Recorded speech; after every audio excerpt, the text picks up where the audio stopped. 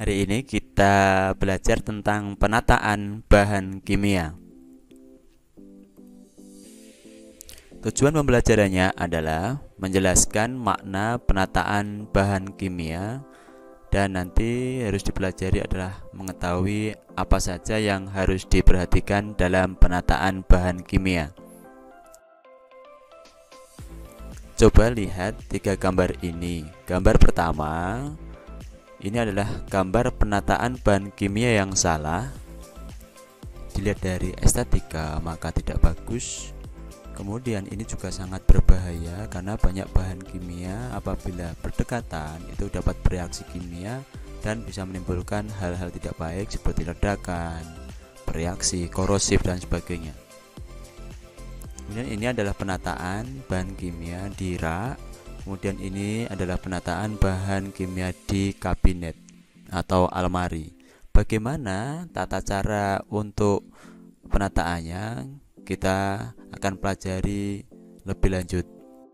Penataan bahan kimia, di samping jumlahnya bahan kimia itu sangat banyak, bahan kimia itu juga menimbulkan bahaya resiko yang cukup tinggi. Oleh karena itu, dalam pengelolaan laboratorium harus mengutamakan aspek penyimpanan, penataan, dan pemeliharaan bahan kimia yang merupakan suatu aspek yang sangat penting. Hal umum dalam penataan bahan kimia adalah bahwa dalam penataan bahan kimia harus memperhatikan penyimpanan dan penataan yang meliputi aspek pemisahan, tingkat risiko bahaya, pelabelan, fasilitas penyimpanan, wadah sekunder, wadah kadaluarsa, inventarisasi, dan informasi risiko bahaya. Yang harus diperhatikan dalam penataan bahan kimia yang pertama adalah bahwa penyimpanan dan penataan bahan kimia berdasarkan urutan alfabet atau 1, 2, 3 atau ABCD itu tidaklah tepat. Kebutuhan itu hanya diperoleh untuk melakukan proses pengadministrasian. Jadi alfabet itu hanya untuk proses pengadministrasian. Pengurutan proses secara alfabet akan lebih tepat apabila bahan kimia dikelompokkan menurut proses secara fisis atau sifat fisis dan sifat kimianya, terutama adalah tingkat bahayanya. Jadi, utama dari penataan bahan kimia adalah pengelompokan secara fisis, kimia, dan tingkat bahaya, baru secara alfabet.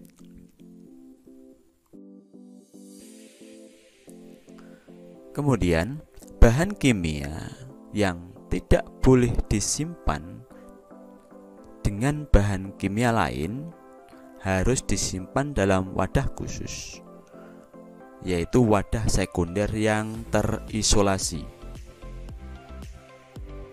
Hal ini dimaksudkan untuk mencegah pencampuran dengan sumber bahaya lain seperti api, gas beracun, ledakan, atau degradasi kimia. Sehingga kita harus tahu mana bahan kimia yang boleh disimpan dengan bahan yang lain dan bahan kimia yang tidak boleh disimpan dengan bahan yang lain. Kemudian, bahan kimia yang memiliki sifat lebih dari satu bahaya, penyimpanan bahan kimia tersebut harus didasarkan atas risiko bahaya paling tinggi. Contoh,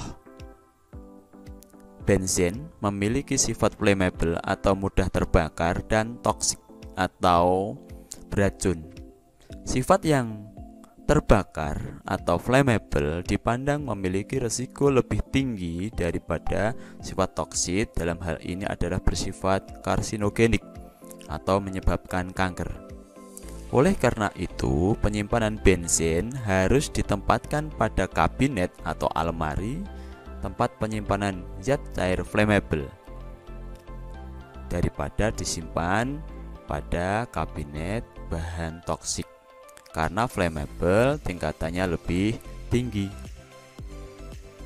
Adalah tingkatan dari penataan bahan kimia atau bahaya bahan kimia. Ada bahan radioaktif lebih tinggi dari pirofolik, lebih tinggi dari eksplosif, flammable, asam basa korosif, bahan reaktif terhadap air, flammable, oksidator, kombustible, bahan toksik, dan bahan yang tidak memerlukan pemisahan secara khusus. Ini yang paling terakhir.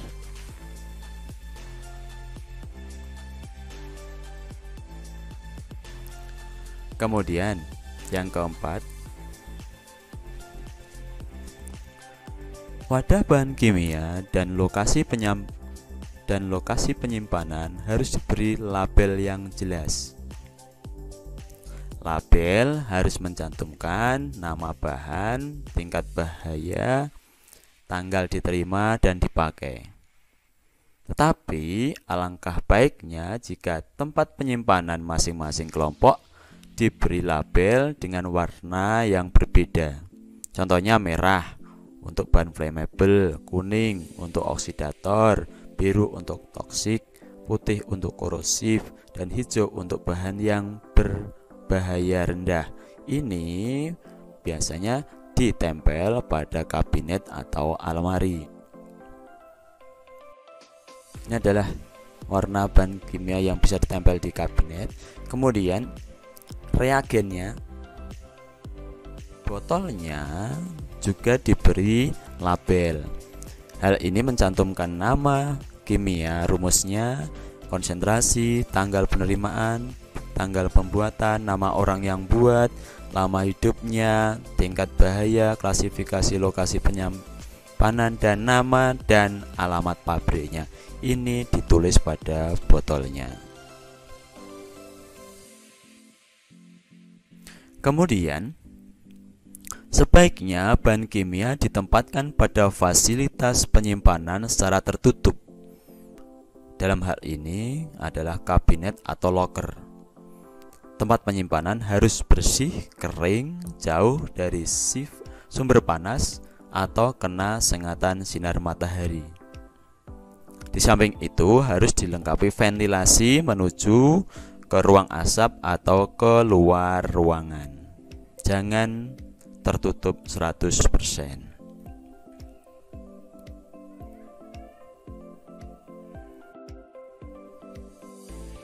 Bahan kimia cair yang berbahaya juga harus disimpan dalam wadah sekunder seperti bagi plastik, seperti gambar di samping. Maksudnya adalah untuk mencegah timbulnya kecelakaan akibat bocor atau pecah.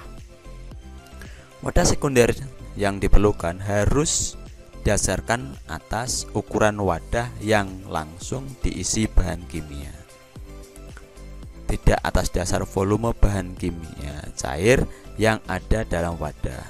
Ukuran wadah bahan primer yang perlu disediakan wadah sekundernya adalah cairan radioaktif ketika ukurannya lebih dari 250 ml dan semua cairan berbahaya lain yang ukurannya lebih dari 2,5 liter. Ini harus ada baginya. Secara umum, pengelompokan bahan kimia berbahaya yang memerlukan wadah sekunder contohnya adalah bagi plastik, yaitu yang pertama cairan flammable atau combustible serta pelarut terhalogenasi, misalnya alkohol, ether, dichloroethan, perchloroethan. Yang kedua asam-asam mineral pekat seperti asam nitrat, asam klorida, asam sulfat, asam fluorida, asam fosfat, dan sebagainya. Kemudian basa-basa pekat seperti amonium hidroksida, natrium hidroksida, kalium hidroksida, dan bahan radioaktif.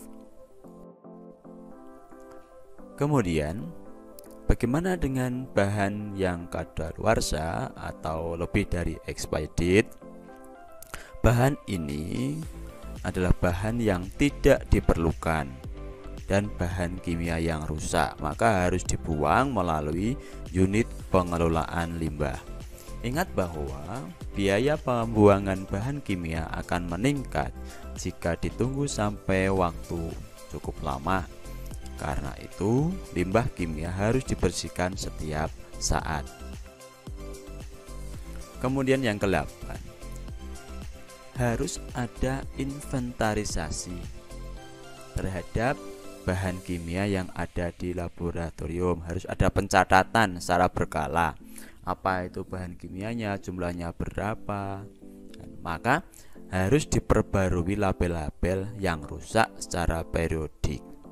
Inventarisasi melibatkan nama bahan, rumusnya, jumlahnya, kualitasnya, kuantitasnya, lokasi penyimpanan, tanggal penerimaan, nama industri, bahayanya, bahaya fisik, bahaya kesehatan, lama dan pendeknya bahaya terhadap kesehatan. Kemudian di laboratorium harus disediakan MSDS, yaitu Material Safety Data Sheet, atau sumber lain yang memberikan informasi tentang resiko bahaya dari setiap bahan kimia yang ada. Jangan lupa hubungi rumah sakit terdekat untuk mendapatkan informasi mengenai bahan kimia, atau jalin komunikasi atau hubungan dengan rumah sakit untuk mempermudah penanganan akibat kecelakaan bahan kimia